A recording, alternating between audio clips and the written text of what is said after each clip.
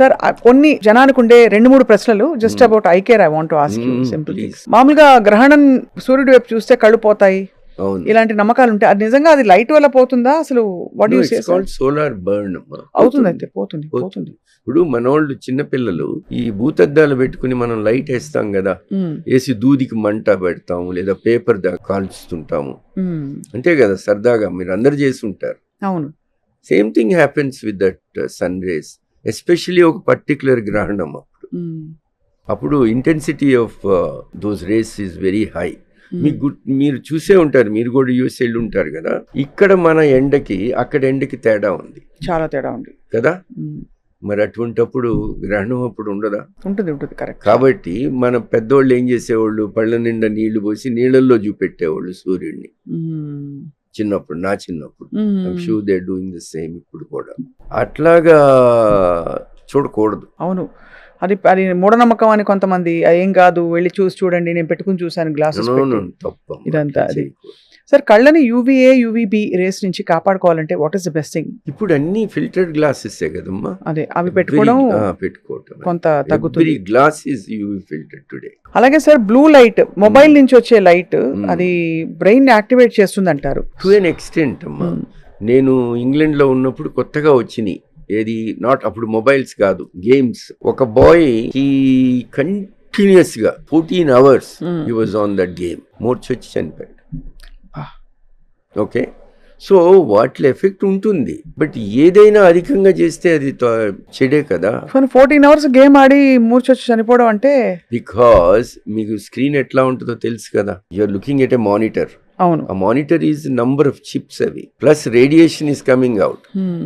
So you have exposed yourself. ఇంకొక చైల్డ్కి అవ్వకపోవచ్చు అదే టైంలో, but this child is prone, that brain can not cope. So దానివల్ల ముందు ఫిట్స్ వచ్చినాయి. ఆ ఫిట్స్ వచ్చినప్పుడు అక్కడ ఎవరు లేరు, చిన్నపిల్లోడు. So he swallowed his own vomit. అది ఆస్పిరేషన్ అంటారు కదా, లంగ్స్ లోకి అట్లా చనిపోయాడు. సో కాబట్టి ఆల్ సెడ్ అండ్ డన్ అతిగా ఏది చేయకూడదు, అంతే కదా సార్. సో నేను ఇప్పుడు కొత్తగా కంప్యూటర్ ఐ సిండ్రోమ్ అని వచ్చింది.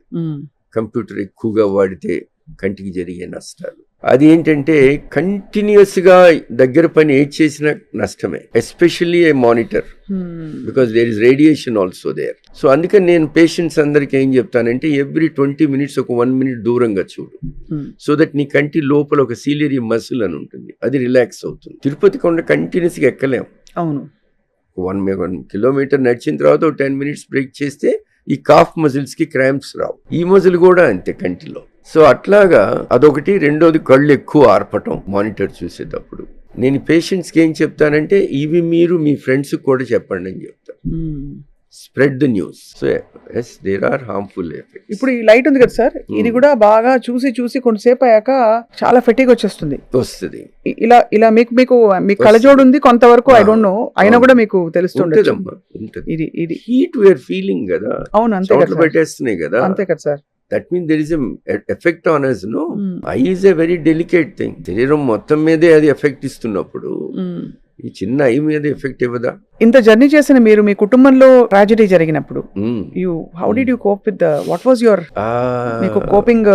అంటే భగవంతుడి నిర్ణయం అనుకున్నారా? అంటే అంతే కదమ్మా, 23-year-old నాతో ఉండి అప్పుడు బైక్ యాక్సిడెంట్ అవడం, అది it's a freak accident. naturally you feel saddened, but the unfortunate thing for the doctors అందరం మన ఒక్కడి ఇది కాదు చెప్పట్లేదు. ఆ రోజు ఒక పక్కన అల్లు రామలింగ గారు, ఒక పక్కన రామానాయుడు గారు, అందరూ ఉన్నారు అక్కడ. ఇది నా సారోని పంచుకోవడానికి చిరంజీవి గారి దగ్గర నుంచి, అల్లు అరవింద్ గారి దగ్గర నుంచి, సురేష్ బాబు దగ్గర నుంచి, everybody I knew they were there. Because it's one of the tragic things in my life. So they all were there. Politicians. Chereddy garu రాలేదు కానీ, but he was there. Ramachandra గారు ఉన్నారు, కేపీ రామచంద్ర గారు. ఎంతమంది ఉన్నా కూడా ఎవరు తెచ్చగలరు? అంతే కదా sir. The funny part is, Friday పోతే నాకు అదే రోజు ఒక పేషెంట్ వచ్చాడు, ఎక్కడి నుంచి, ఒరిస్సా నుంచి, ఐఏఎస్ ఆఫీసర్. ఆయన కూతుర్ని తీసుకొచ్చాడు. మండే ఆ అమ్మాయికి పెళ్లి చూపులు. సో నా నర్మదామాయి సెక్రటరీ ఇప్పుడు మీతోనే ఉంది ఇక్కడ బయట. సో ఆ అమ్మాయి నాకు ఫోన్ చేసి, డాక్టర్ ఇట్లా మీరు ఆపరేషన్ ప్రామిస్ చేశారంట. బట్ నా పరిస్థితి చెప్పావా అంటే చెప్పాను డాక్టర్, కానీ ఆయన ఏమంటున్నాడంటే ఆయన డాటర్ ఫ్యూచర్ ఆయన అవతల వాళ్ళకి చెప్పలేదు కళ్ళజోడు పెట్టుకుంటుందని. అందరు వచ్చారు, హోల్ ఫ్యామిలీ. అంటే ఏం చేస్తాము, అప్పుడు నేను పరిగెట్టుకుంటూ వెళ్ళి కాసేపు ఏడ్చి కళ్ళు తుడుచుకుని ఆపరేషన్ చేసి వచ్చాను. That's my primary duty. కానీ చూసేవాడికి నాకు డబ్బు పిచ్చి అనిపించవచ్చు. ఎవడు అర్థం చేసుకుంటాడు, ఒకటి బాధ ఒకడు. కాబట్టి బాధ ఉంటుంది, బాధ లేకుండా ఎట్లా ఉంటుంది. But these are all parts of life. You take life as it comes. మీ నుంచి నేర్చుకోవాలి సార్ చాలా విషయాలు. అంటే చూసే వాళ్ళకి కూడా ఇట్స్ అన్ ఇన్స్పిరేషన్. బికాస్ మీరు జీవితంతో చాలా అడ్వెంచరస్ గా ఉన్నారు, చాలా భిన్నంగా ఆలోచిస్తూ వచ్చారు. మీ స్పిరిట్ లోపల జీవితాన్ని జయించాలనే స్పిరిట్ ఎప్పుడూ ఉంది. అలానే రెక్లెస్ గా లేరు, చాలా బాధ్యతాయుతంగా 10 మందిని కలుపుకుపోయి నడిపించుకుంటూ ఒక గొప్ప జీవితాన్ని అలవర్చుకున్నారు sir. At 76 when you look back, you have a great treasure of memories. Yes, I think so. Lot of good memories. మీరు కలిసిన మోస్ట్ వండర్ఫుల్ పర్సనాలిటీస్ లో డాక్టర్ ఏపీజే అబ్దుల్ కలాం గారు. అవునమ్మా, ఆయన మోడర్న్ మహాత్మా గాంధీ అమ్మ. నా పర్సనల్ గా నా మనసులో అయితే మా గాంధీ గారు నాకు తెలియదు కాబట్టి గాంధీ గారి కన్నా గొప్పోడని నా ఉద్దేశం. ఆయన అంత సింపుల్ గా ఒక మనిషిని చూడటం, ఆయన చూసి నేను కూడా నా మీద చాలా ఇంపాక్ట్ ఉంది అనిపిస్తుంది నాకు. ఆయన్ని సోమరాజు గారు, ముఖ్యంగా అరుణ్ తివారీ గారు నాకు పరిచయం చేశారు. పరిచయం చేసిన తర్వాత అట్లానే ఎంతో మంది డాక్టర్స్, డాక్టర్ బిఎన్ ప్రసాద్ గారు కానీ, డాక్టర్ విష్ణు స్వరూప్ రెడ్డి, వీళ్ళందరూ కూడా ఆయనకి డాక్టర్స్ కమ్యూనిటీ అంటే ఆయనకి బాగా ఇష్టం కూడా. ఆయనలో గొప్పతనం ఎప్పుడు చూశానంటే అమ్మా, నేను ఇందాక మనం కవర్ చేసిన అన్ని విషయాల్లో ఒక్క విషయం మీకు చెప్పలేదు నేను, ఎందుకంటే నా డబ్బా నేను కొట్టుకోకూడదని. అదేంటంటే లేసిక్ని నేను ఫస్ట్ టైం ఇంగ్లాండ్కి పరిచయం చేశాను, అట్లానే ఇండియాకి పరిచయం చేశాను. కానీ దేవుడు ఎంత గొప్పవాడంటే నా విషయంలో ప్రపంచంలోనే first femto laser cataract prototype device research అంటారు, అది కూడా నా చేతుల్లోనే పెట్టాడు. అది first person in the world to do is also me. Okay, అది చేసినప్పుడు ఆ కంపెనీ వాళ్ళు నన్ను అడిగారు నీకు డబ్బు ఇస్తామని. నేనుండి నాకు డబ్బు వద్దు, నా ప్రజలకి నా దేశానికి పనికొచ్చే పని ఏదన్నా చెయ్యి అని నేను చెప్పాను. ఆ స్ఫూర్తి కేవలం కలాం గారి దగ్గర నుంచి వచ్చింది. అందుకని ఆయన్ని గుళ్ళపల్లి నాగేశ్వరరావు గారిని పిలిచి ఆ మిషన్ నేను ఓపెన్ చేయించాను వాళ్ళ ద్వారా, వాళ్ళ చేతుల ద్వారా. ఆ రోజున కలాం గారు అంటారు, నువ్వు ఫస్ట్ ఫెలో అంటున్నావు కదా, నాకెట్లా గ్యారంటీ. ఆయన చూడండి, ఇంక్విజిటివ్ మైండ్ అనమాట. నేను చూశాను, ఆల్రెడీ బాంబేలో ఉంది, ఢిల్లీలో ఉంది, నువ్వు ఫస్ట్ ఎట్లా అవుతావు అంటే, సార్ నేను ఫస్ట్ కమర్షియల్ మిషన్ అనట్లేదు సార్, నేను first prototype device in the world. అంటే సీక్రెట్గా రీసెర్చ్ చేసిన ఇండియాలో, హైదరాబాద్లో ఈ సెంటర్లో జరిగింది. ఓ అట్లా అంటావా, దానికి రుజువు ఏంటి? రుజువేముంది sir, old over published articles ఉన్నాయి, పబ్లిష్డ్ మెటీరియల్ ఉన్నాయి, చూపెట్టయితే. అట్లాంటి మనిషి ఆయన, చాలా ప్రోబింగ్ మైండ్. అంటే you can't do a false claim in front of him, he will tear you apart. He felt it was a false claim. నేను అప్పుడు అన్ని తెప్పించి డేటా తీసుకొచ్చి, ఆ పక్కన జర్మన్ వాడు ఉన్నాడు, వాడిని బాబు నువ్వు చెప్పరా అని.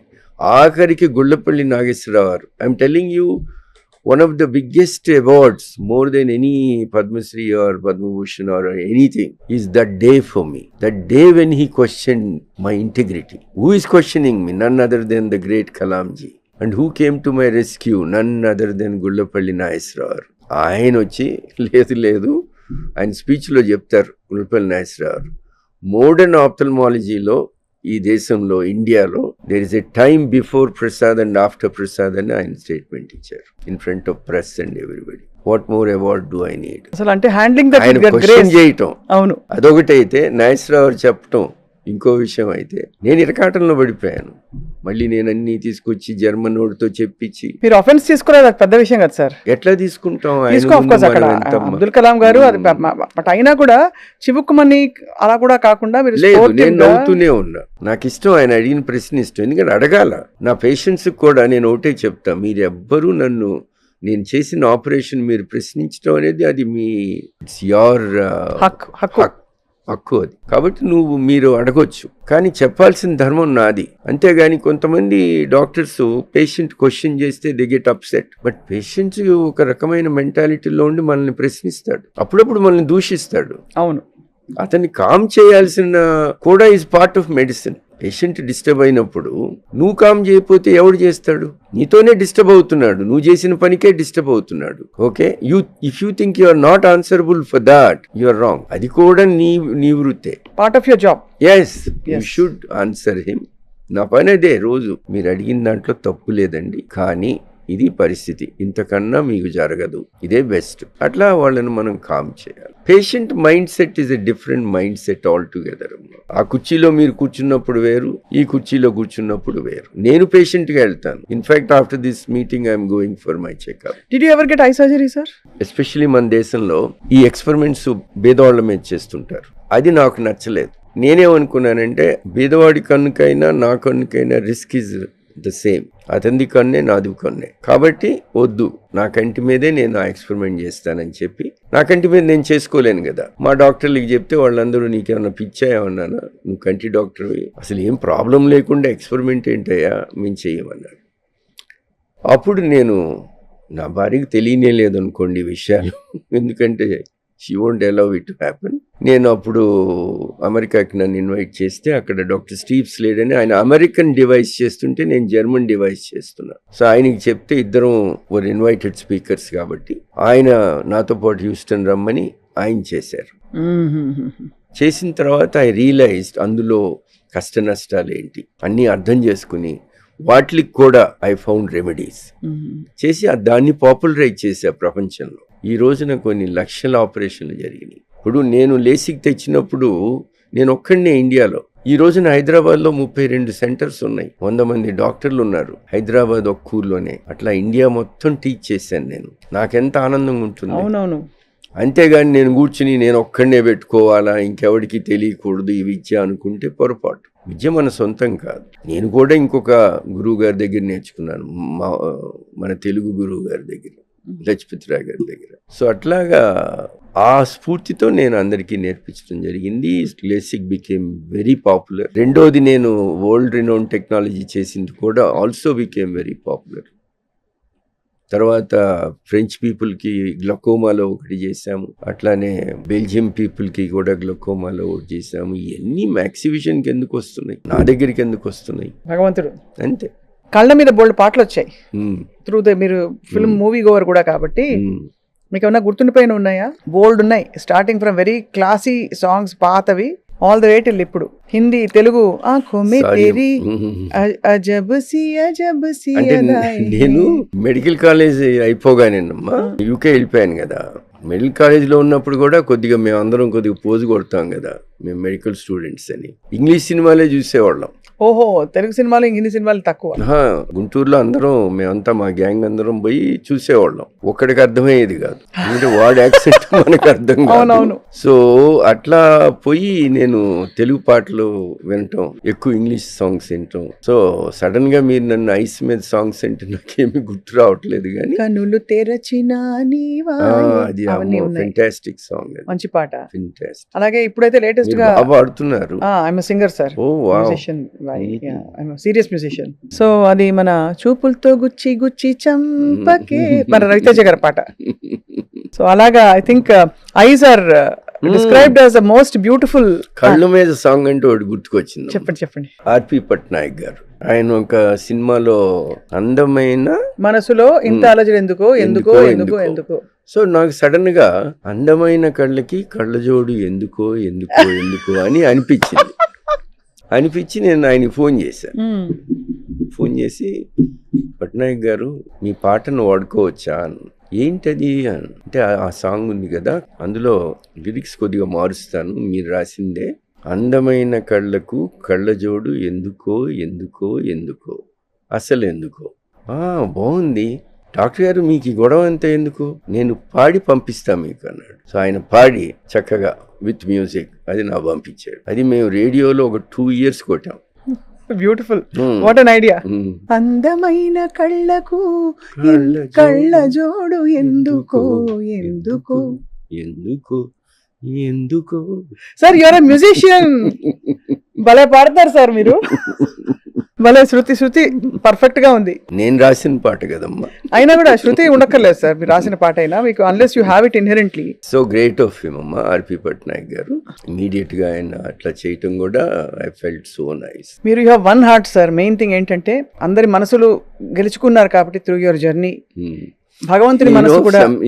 Very funny you should say that అమ్మా. నన్ను ఎవరో అడిగితే ఏంటి నీ మోటో అంటే winning hearts. You have succeeded sir. How do I know that? I don't even, నాకు తెలియదు కూడా తెలియదు కదా మా అందరికీ. ఇన్ఫాక్ట్ మీరు చూస్తేనే తెలుస్తోంది, మీరు మనసుల్ని గెలుచుకున్నారు, మాధవుడిని గెలుచుకున్నారు, మనుషుల్ని గెలుచుకున్నారు. ఇంకేం కావాలి సార్? జీవితం అద్భుతంగా, సార్థకంగా, బ్యూటిఫుల్ సార్. చాలా it's an honour knowing you this detailed గా. అండ్ మీ వంటి మీ స్టేచర్ ఉన్న ఒక వెరీ వెరీ బిజీ సర్జన్ ఇవాళ మా స్టూడియోస్ కి రావడం and sparing this kind of time, we are all blessed sir. Thank you so much sir. నమస్కారం.